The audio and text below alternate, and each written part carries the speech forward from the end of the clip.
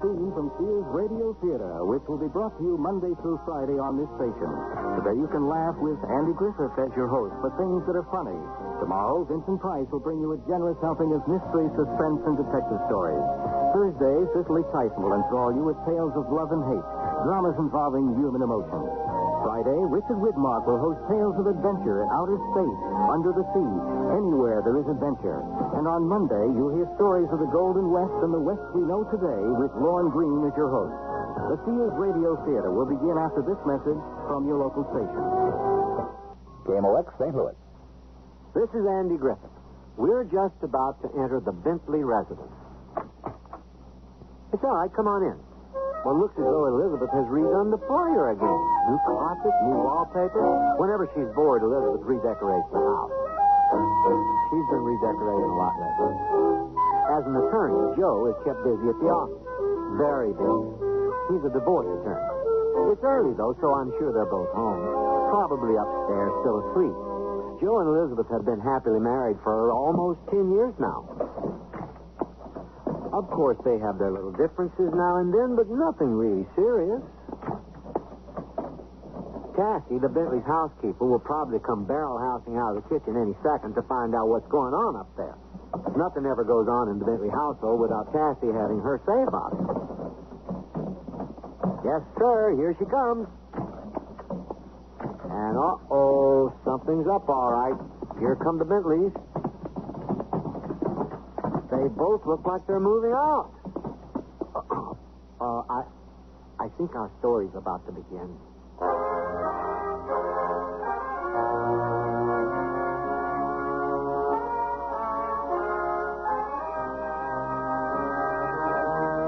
Sears Radio Theater, a new adventure in radio listening. Brought to you 5 nights a week by Sears Roebuck and Company. Sears, where America shops. Your host, Lorne Green. I'll bring you stories of the Old West and the New. Andy Griffith with a look at the funny side of life. Vincent Price with tales of mystery and suspense. Cicely Tyson with stories about love, hate, and related things. Richard Widmark. I'll bring you stories of pure adventure. 5 nights of exceptional entertainment every week. Brought to you in Elliott Lewis' production of the Sears Radio Theater.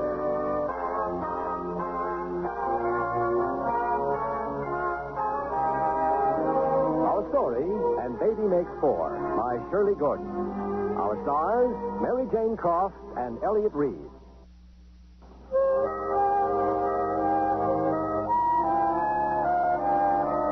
Andy Griffith here. I don't want to get in the way. Just want to remind you that the man and woman sunking downstairs with their suitcases banging into everything are not what you might define as America's most happily married twosome. Now, hold on a minute, you two. Who's leaving and who's staying? I am. I'm leaving and he's staying. Look, if you can't even talk without each other, how do you think you're going to get... If Mr. Bentley would be enough of a gentleman to allow me to speak. If Mrs. Bentley would be enough of a lady to allow me to be a gentleman, obviously, as a husband, I should be the one to lead. Oh, listen to him, Cassie. He's just an old-fashioned, gentlemanly male chauvinist. Oh, Here, Cassie, if I get any important calls, this is where you can reach me. Until I find a nice swinging singles apartment. You don't know what it does to me to watch somebody just stand there and let a man get away. He's not leaving me. I'm leaving him. I'll let you know where you can send the rest of my things as soon as I'm settled. Meanwhile, I'll be at the Buckland Hotel. But the reason I became a housekeeper was so I wouldn't have to live alone. The Buckland. Must be some hotel, since everybody's going there.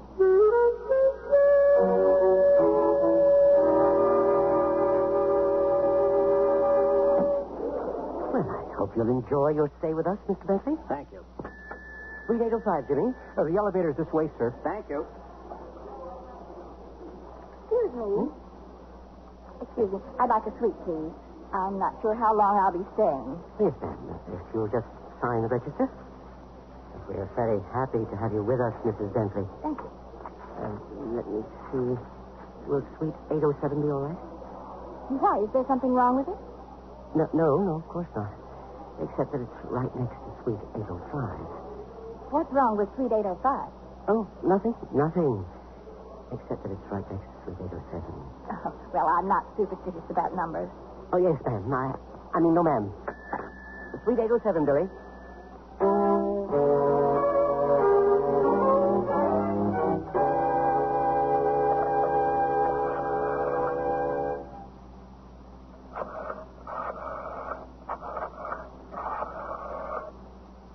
Margot, it's me, the new Elizabeth. Let's have lunch and you'll find out what I mean. You can meet me here at the hotel. You heard me. That's what it's about. Joe and I have finally decided to split. In fact, I've already moved out. What do you care where Joe is, anyway?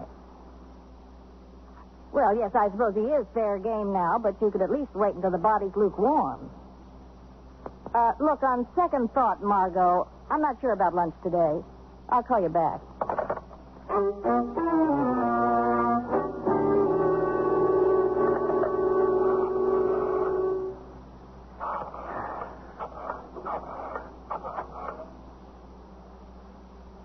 Hello, Harry. Hey, this is Joe. Joe Bentley. Listen, Harry, how about a game? Poker. You're kidding. Was it that long ago? 5 kids. Sounds like you've been busier than I have, Harry. Well, give my regards to the little woman. See you around. Yeah. So long, Harry.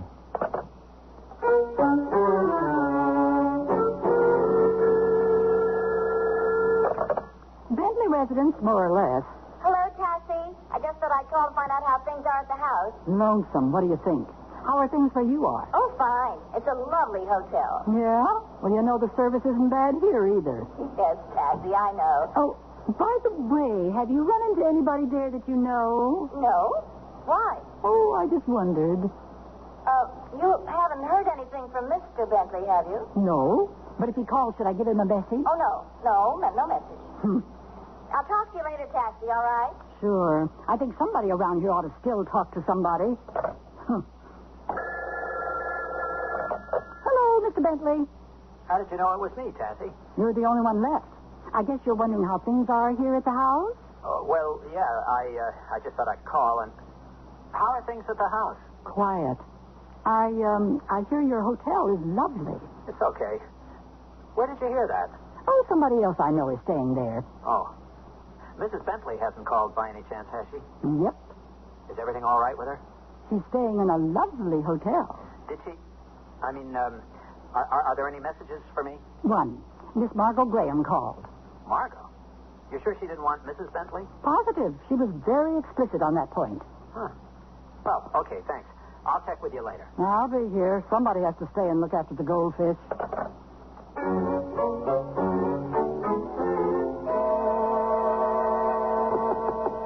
Room service? Your order, ma'am. Fine. I think I'll have it out on the balcony, please. Huh? It's a beautiful day. Yes, ma'am. Here you are. Thank you. You're welcome, ma'am. Enjoy the day. I expect to.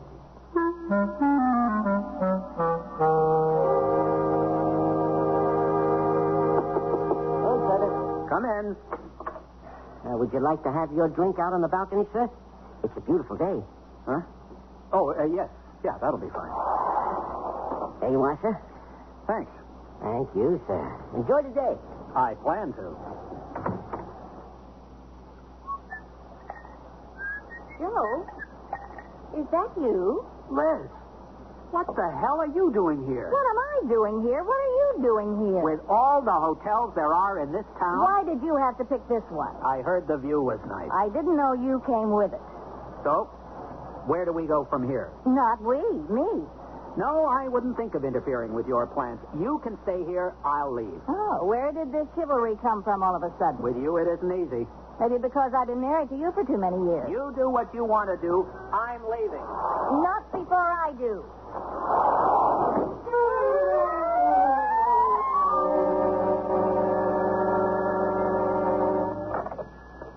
Bentley residence? No, neither one of them's here. Only the residents. Yes, I can take a message for them. What? Would you mind repeating that, please? Funny. I could swear you keep saying that Mr. and Mrs. Bentley are going to have a baby.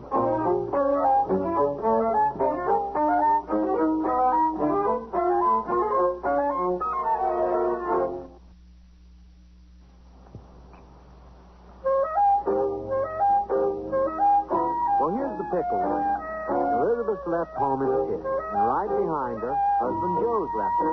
Old faithful Cassie stayed behind to care for home and hearth until matters get straightened out. And now, lo and behold, she finds out these two unhappy folk are about to become one mother and one father. What are they going to do about it, you might ask? Good question. Hello? It's me. Oh, yes, Cassie. I was going to call you. I'm not going to be staying here at the hotel after all. That's good, because I think you better come home. Why? What is it? Something wrong? That all depends on how you look at it. Are you sitting down, and do you have some smelling salts handy? Would you please just tell me what it is you have to tell me? Okay. You're going to have a baby. I'm going to what? The adoption people called. You and Mr. Bentley wanted to adopt a baby once, remember? But that was more than a year ago. Babies take time. So didn't you tell them we couldn't now, that it's impossible? I didn't get the chance to tell them anything. They just kept saying everything's all set. Well, everything couldn't be more unset. Well, what about Mr. Bentley? Should I call and tell him the news? No, never mind, Cassie. I'll be home as soon as I can.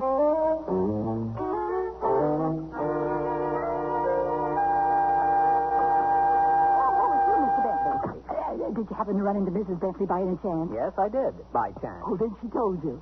Told me what? Then she didn't tell you. Didn't tell me what? Well, I really think it's Mrs. Bentley's place to tell you. Cassie, Mrs. Bentley and I are not exactly on speaking terms. Still, the message was for both of you. What message? About the baby.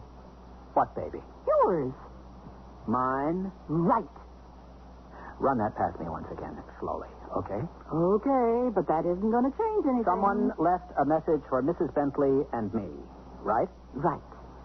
About a baby? Right. What about a baby? That you've got one.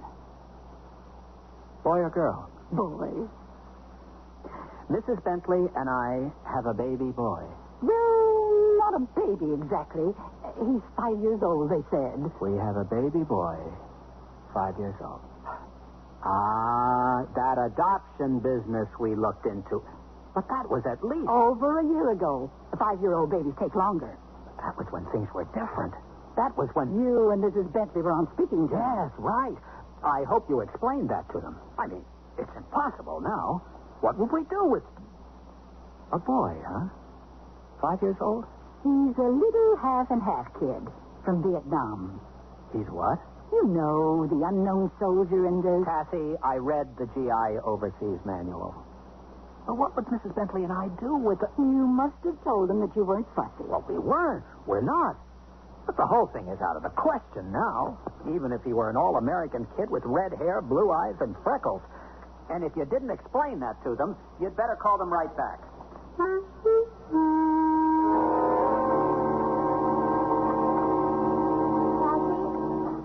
Mr. Bentley's car's outside. Well, he didn't bring it in. I don't think he's planning to stay. Where is he? Upstairs. You didn't tell him, did you? Well, I thought he had a right to know if he's going to be the father. Cassie, there is not going to be a baby. It's a little late to say that. By about 5 years. 5 years? You mean she isn't even a baby? She isn't even a she. A boy? A 5-year-old boy? And chances are he doesn't have red hair, blue eyes, and freckles. This kid didn't do anything right.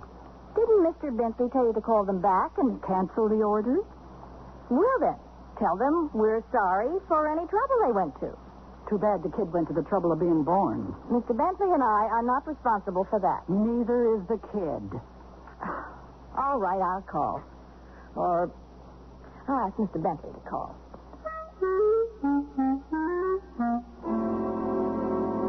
So, what do we do now? Drop straws? You mean about who's going to stay here at the house? Well, you are, of course. I'll get a room at a motel near the office until I find something else. Will you call the adoption people and explain? Of course. Too bad. For the kid's sake, I mean. What's going to happen to him now, I wonder? Well, They'll probably find another couple who... No, they're going to stay married forever. Joe, there isn't any point to this. Just call and get it over with. And forget all about it. We both have a lot of forgetting to do. Liz, I want to let the kid come. What? You haven't seen those kids over there the way I have, or you'd feel the same way. What are you talking about? What kids over where? Oh, Tassie didn't get around to telling you that part. What part? The part where G.I. Joe meets a Vietnamese Madame Butterfly. You mean the child is Vietnamese? The half of him that doesn't fit in over here is. The half of him that doesn't fit in over there is American. Look, all I was thinking is that, well, we could go along with this thing long enough to get the kid over here at least. And then what? Well, I'm a lawyer. I'll think of something. At least he'd be here, getting the right things to eat and everything. But it wouldn't change anything between us. Well, we just have to pretend a little longer, that's all. I'd have to keep on living here for a while. I can sleep in the den. We'd fix up the guest room for the kid. Fixing up a nursery at this point in our marriage, it'd be funny if it weren't so hilarious. Oh, Tassie will take care of everything. You don't have to worry. So, what do we do now? I guess I'd better call and try to find out just when this blessed event is supposed to happen. I'll tell Tassie, since she's the one who'll be going into labor.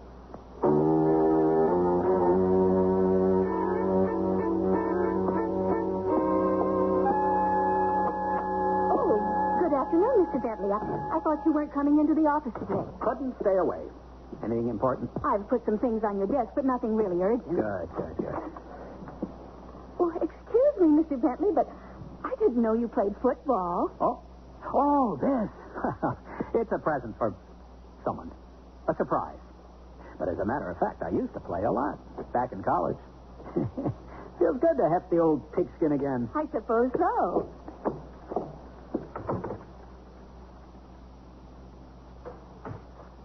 Is Mr. Bentley in? Yes. Well, shall I stay home? Never mind. I'm an old friend of the family. 32, 57, 23. May I play, too? Oh, hello, Margot. I'm not bad at intercepting a pass. I wasn't expecting anyone. I told your secretary I wanted to surprise you. I didn't know you were busy. Exercise. You know, these desk jobs. I'm in the mood for a little celebrating. How about taking me out for a drink? Celebrating? Yeah, I'm kind of in the mood myself. I thought you might be. That's why I stopped by. You got a deal. Only, how'd you know? Have you talked to Elizabeth today? As soon as she called me with the news, I couldn't wait to see you. Oh, I'm surprised she's spreading it around already. I was delighted to be the first to know. Oh, Lenore, as long as there's nothing urgent, I'm going out for a bit. I'll be back in about half an hour. Don't rush me. Or so. Yes, sir.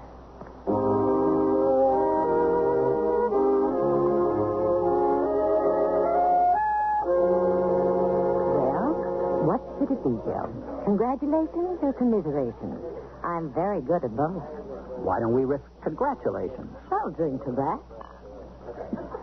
Did Elizabeth call you, or did you call her? She called me. She seemed eager to spread the word. Oh? Oh, maybe she's happier about it than I thought. She said it was her idea in the first place.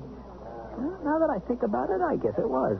Frankly, I don't really care whose idea it was. It's just great, good news. Understand, it's not going to change anything between Elizabeth and me. It's not. No. We'll just go on pretty much as we have. Oh? We'll still live together, of course. For a while, at least. Won't that be a little inconvenient? We'll both just have to learn to be more tolerant. Broad-minded might be a better word. I think she's a fool. A fool? To let you get away. Well, maybe we're both a couple of fools. But as I said, finding out that we have this kid on the way doesn't change anything. This what? The kid Elizabeth told you about. Didn't tell me about a kid. When's it due? Any time now, it seems. You mean right away? I thought you said Elizabeth called you about all this. What have we been celebrating?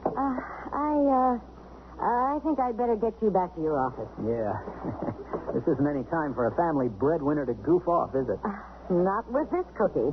I only pick on people my own size. A baby is out of my league. Well, this kid isn't a baby, exactly. It's a boy. 5 years old. Amazing how time flies when you're having a good martini.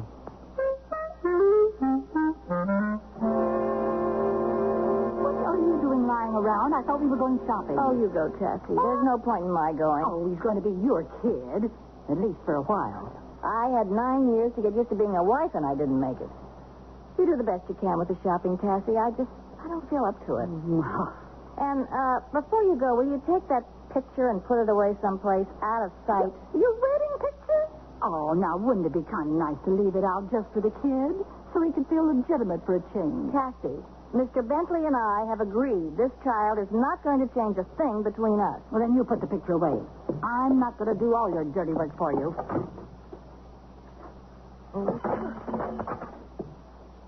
Well, that's one way of putting it away. Oh, wait till that poor kid gets here. He thinks the war is over.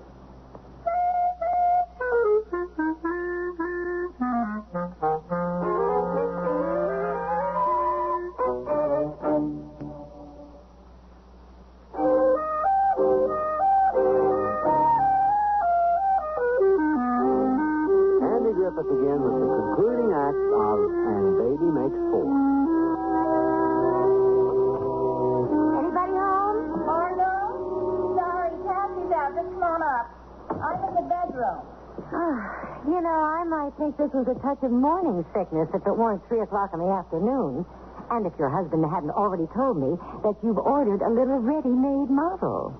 Joe told you? We had a drink together to celebrate. I hope you don't mind. Oh, why should I mind?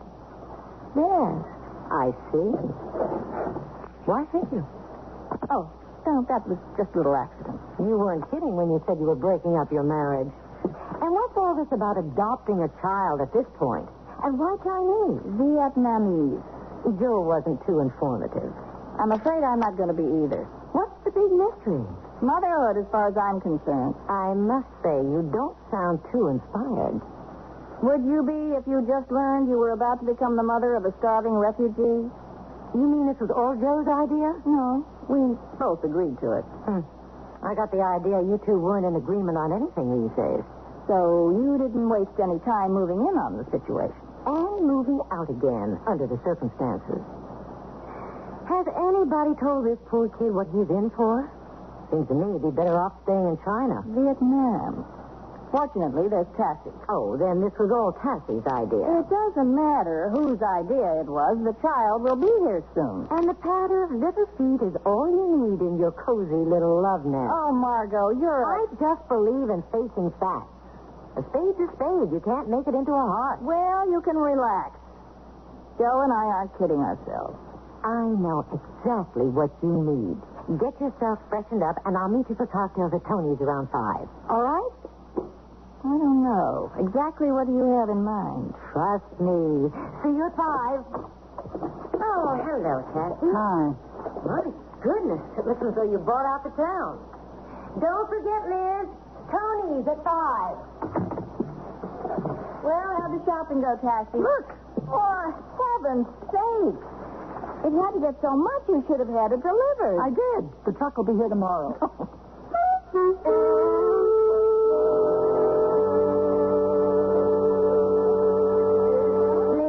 There you are. Good girl.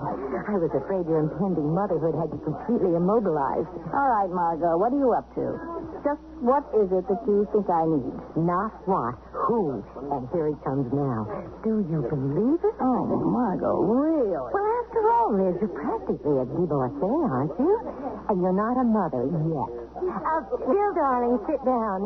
This is the Elizabeth I told you about. And I'm thoroughly intrigued. How are you? How do you do? What did you tell him? Liz, this is Bill Beaumont. And if you think he looks like something off the cover of a magazine, he is. Well, it's a living. But let's not talk about me. Let's talk about you, little mother. I beg your pardon? I think it's just beautiful how you're setting aside your own pain and misery to take in some starving little oriental waif. But relax, Liz. Let yourself go for a change. What do you get to lose? If you haven't already lost. Well, Good. Now drink up, girls, and we shall proceed to hit every disco in town.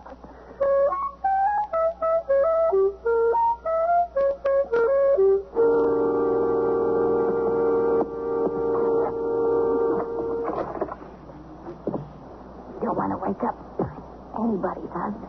Don't worry, little mother. Now that we've seen you safely home. We'll tiptoe away like a little way. Don't bother. Nobody's husband is asleep. Oh, there was no reason for you to wait up for me. I didn't. Oh, did we wake you? Sorry. But it's good to see you, Joe. You look so warm and rumpled in your jammies. I'll tell you what happened, Joe. Margot said your wife needed a little relaxation, so No, this is Bill.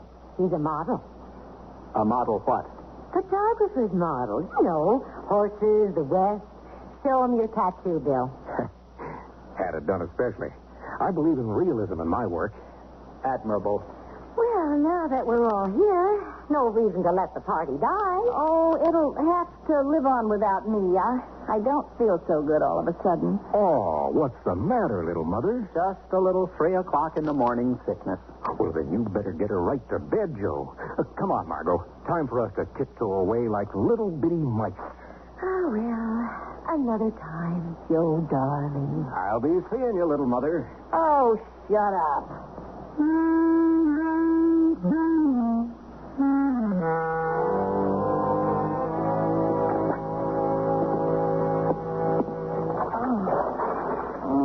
Oh, and good morning to you, too.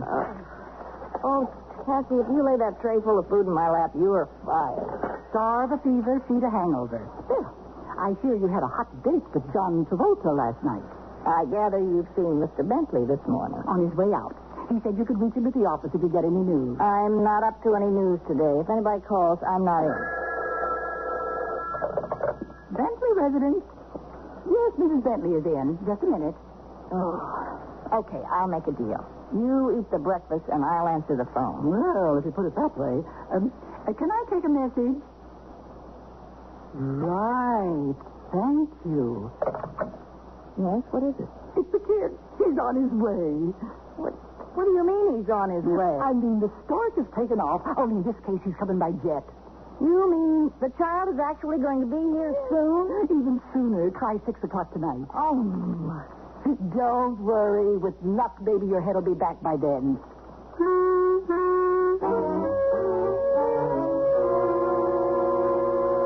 Well, somebody has to go to the airport to pick him up, and I think it should be both of us. why? Why give him the wrong idea right from the start? Look, he's going to be set straight soon enough, but right now, he's a little kid landing in a strange place. He'll need somebody to comfort him, like a mother. Well, he's so young. I don't know how to talk to a 5-year-old kid, especially one that doesn't understand English.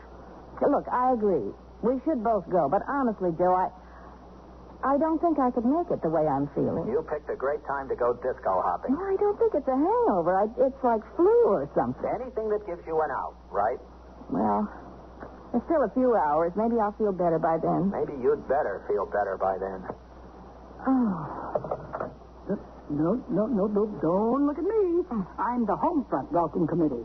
I'll have the hot meal and the warm bed ready. I can't do everything. But, Cassie, I just feel awful. For you, I have in mind a cold shower. Is he asleep? Almost before his head hit the pillow. Poor little guy. I don't think he knows what's happening. I'm still working on it myself. What did he do when he first came off the plane and saw you? Started to cry. I never stopped. Until I gave him a lollipop to suck on. You know, I've been wondering about that. How'd you happen to have a lollipop in your pocket? I've been trying to quit smoking. Oh, that's right. I forgot. How you doing? Please. Maybe the kid will help you quit. I mean, you'll be too busy playing football. Maybe. Only I can't count on the kid as a permanent solution. You keep forgetting that, Cassie. How can I when everybody keeps reminding me? But for the moment, at least, it looks like we're in the parent business. For better or worse. As someone said on another auspicious occasion.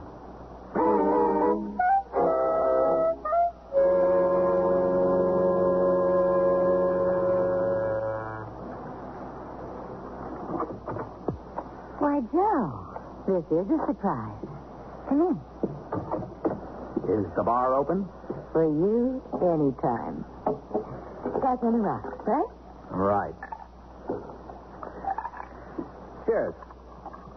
How'd you find out where I live? Well, Liz has a handy address book. It's been weeks since I've seen either of you. I gather the kid was keeping you both pretty busy. He is. He could get under your skin if you let him. But you're not going to let him. The only way to do that is to get away. Which brought you here? Seemed as good a place as any. You sure know how to set a girl up, don't you, pal? Oh, don't think you haven't looked interesting to me at times, pal. How about now? How about now?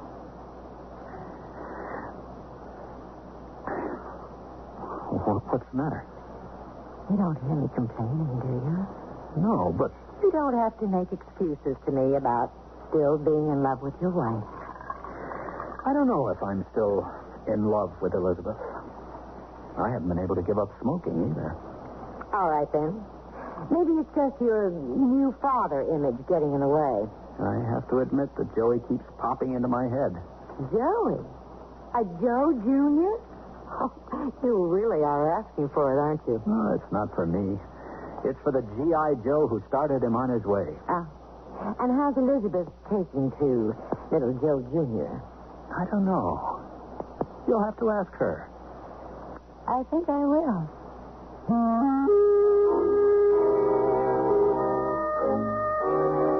Where do you think you're going? Miss Graham just called. I'm going to meet at the cocktails. It'll be good to get out for a little while and think things over. Oh, you never heard the old saying about running away. I don't want to hear it now. Anyway, Mr. Bentley's turn with Joey. I know. I ought to print up a schedule for the kid. What are they going to do today, do you know? Mr. Bentley says he's going to take Joey fishing. Mr. Bentley is the one who's going to wind up getting hooked. And you're not? Kathy! I'll see you later, Tassie. Tell Joey if I don't get home before his bedtime, I'll see him in the morning. Huh. Well, I got all the fishing gear together. Where's Joey? I'm looking for his sneakers. His sneakers? Yeah, you seen him anywhere?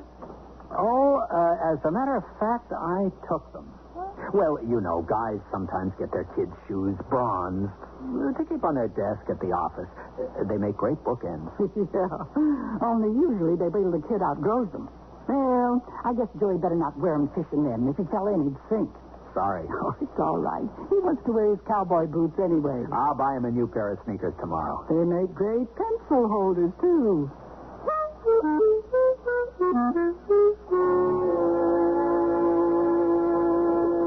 So what's Joe doing today? Babysitting? Yes, we take turns. I know. He told me. You've seen Joe? Once. With feeling. He came over to my place one night. Voluntarily. And left voluntarily. For one thing, he's getting hung up on that kid. How about you? Joey's only 5. We can't ask him to put things back together for us. You don't have to. Look again. Nothing's really come apart.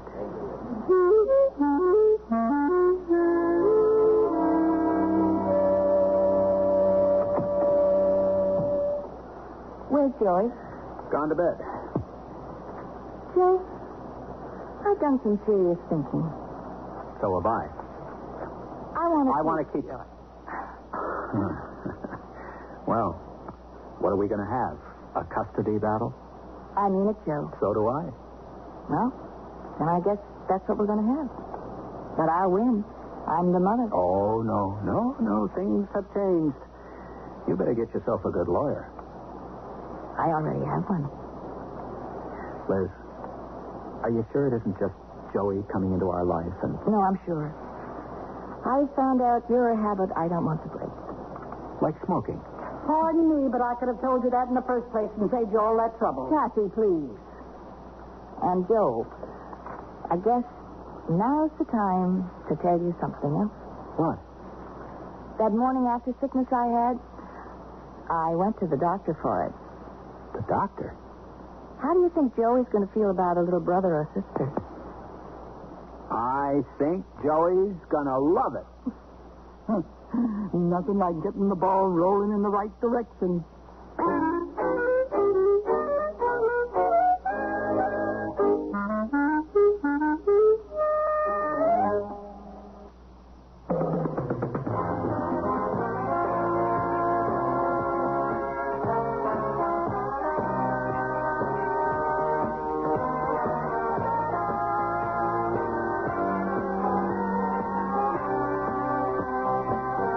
You've been listening to Sears Radio Theater, brought to you 5 nights a week by Sears Roebuck and Company. Sears, where America shops. And Baby Makes 4 was written by Shirley Gordon, produced and directed by Elliot Lewis. Your host was Andy Griffith. Our stars were Mary Jane Croft and Elliot Reed. Also heard were Elvia Allman, Doris Singleton, Myron Kane, Lenore Kingston, and Sidney Miller. The music for Sears Radio Theater was composed and conducted by Nelson Riddle. Art Gilmore speaks. The Elliot Lewis production of Sears Radio Theater is a presentation of CBI.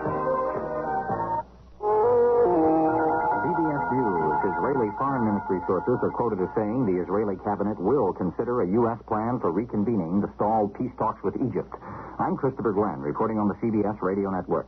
The Foreign Ministry source, quoted by the Associated Press, says the cabinet will take up the U.S. proposal at its regular meeting on Sunday, and the cabinet will seek to have the peace talks resumed in a location which would permit quick consultations. Secretary of State Vance said yesterday the new talks probably would be held in Washington. In Tel Aviv, meantime, a leading member of the Israeli cabinet is proposing the U.S. be kept out of the negotiations. Dan Raviv reports. Agriculture Minister Ariel Sharon, who's in charge of Jewish settlements in the occupied territories, is proposing that Israel return to Egypt now, the largest Arab town in the occupied Sinai, El Arish. Sharon says this would be a gesture by Israel aimed at getting Egypt to agree to direct talks without American mediation. Sharon told interviewers that the United States has been managing the Mideast peace talks according to its own interests. And he said the U.S. is working toward a Palestinian homeland or state on the occupied West Bank of the Jordan, something unacceptable to Israel. Sharon is generally viewed as a hardliner, a war hero suspicious of Egypt's intentions. But his close friends say Minister Sharon has adopted the view of most Israelis, that a peace treaty with Egypt is inevitable. Sharon, however, believes Israel could get better terms talking directly to Egypt without U.S. involvement. At least through the next round of talks, the full cabinet is not expected to approve his proposal. Dan Raviv for CBS News, Tel Aviv. We'll have more CBS News in 1 minute. Hello? Marge, it's Fran. Did I wake you up? Oh, no, I always talk like this in the middle of the night. Oh, anything wrong? Nothing, really. It's just one of those nights when I can't fall asleep. I took an aspirin, but it did nothing for me. Why should it? Aspirin's for headaches. What you need is a sleeping aid. On the way to work, pick up some Compose. Headache? Take aspirin. Sleepless night? Take Compose. Compoz. Taken as directed before you go to bed, Compose actually helps you fall asleep when you want to fall asleep at bedtime. Marge Walker. Marge? Fran. Thought I'd call you during the day this time so as not to scare you to death. Hi. How's the Compose work? Oh, great. I don't get sleepless nights often, but if I do again, Compose is what I'll take. Headache? Take aspirin. Sleepless night? Take Compose. Compoz. Take only as directed. Compose is available at all drug counters. The Department of Agriculture held public hearings in Detroit today, getting comment on proposals to restrict sales of so-called junk food in schools, which participate in the National School Lunch Program. Assistant Agriculture Secretary Carol Foreman chaired the hearing and told the news conference her concerns. I am very much concerned about the fact that the taxpayer spends $2.5 billion, $3 billion on school lunch and school breakfast each year, and that we have a responsibility to see that that money is well used and that it accomplishes its purposes. Opponents of junk food sales in schools spoke of manufacturers who make profits selling what were called second-class foods, which cause children's teeth to rot. Industry representatives countered that barring such sales would rob school officials of control over school policy. Militant farmers were permitted to pass police blockades for a traffic-snarling tractorcade past the White House this afternoon, but only for about an hour. They returned to the barricade area, joining more than 1,000 other farm vehicles there before the peak of the rush hour traffic hit. Agriculture Secretary Bob Berglund said the two-day demonstration was an unmitigated disaster, and he assailed calls by the militants, supporters of the American agriculture movement, for higher government price supports on crops, and he called them just old-fashioned greed. Chinese Vice Premier Deng Xiaoping, his American visit over, went to bed early in Tokyo tonight, drained by the cold he caught in the United States. Deng canceled a dinner appointment in the Japanese capital and retired, hoping, a spokesman said, to conserve his energies for talks with Japanese leaders coming up tomorrow. We'll have more CBS News following this message.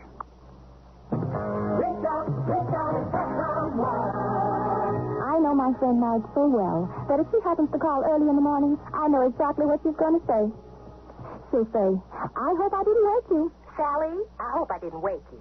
She'll say, but I had to talk to you. But I had to talk to you. She'll say, my boyfriend and I are into a problem. He wants to disco on wheels, and my ankles just can't take it. But he won't go near a regular dance floor now that he's discovered skates.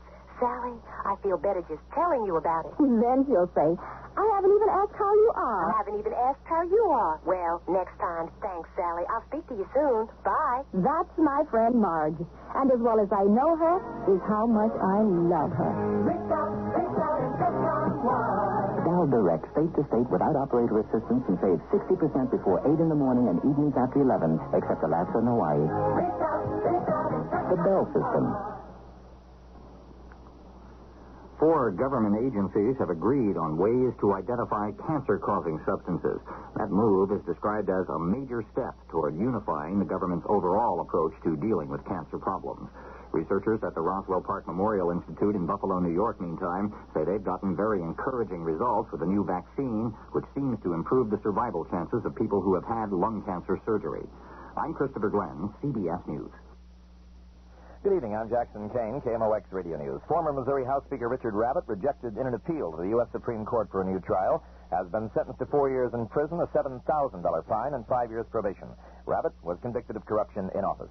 Aldermanic races in St. Louis City's even-numbered wards today, and in many parts of St. Louis and St. Charles County, voters decided on taxes and school bonds, and some results are in. From St. Charles County, Orchard Farm R5 School District passed a bond issue on their 15th try.